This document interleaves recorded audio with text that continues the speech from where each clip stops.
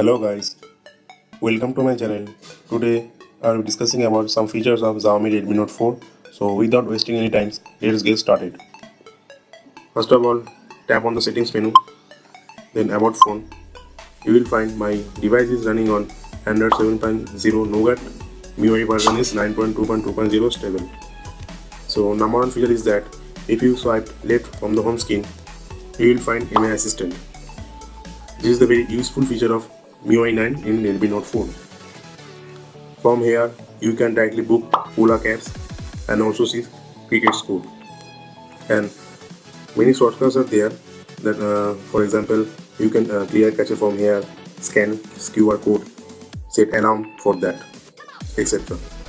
So number two feature is the speed skin. So tap on the recent button. You will find in the left corner there is a speed skin. Tap on that and drag any two apps. First of all, drag the settings icon, then open the Chrome. So as you can see, with the help of the split screen, the two apps are running side by side.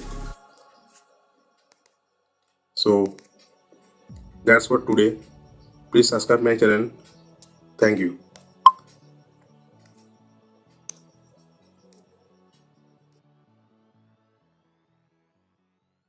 I'm coming home.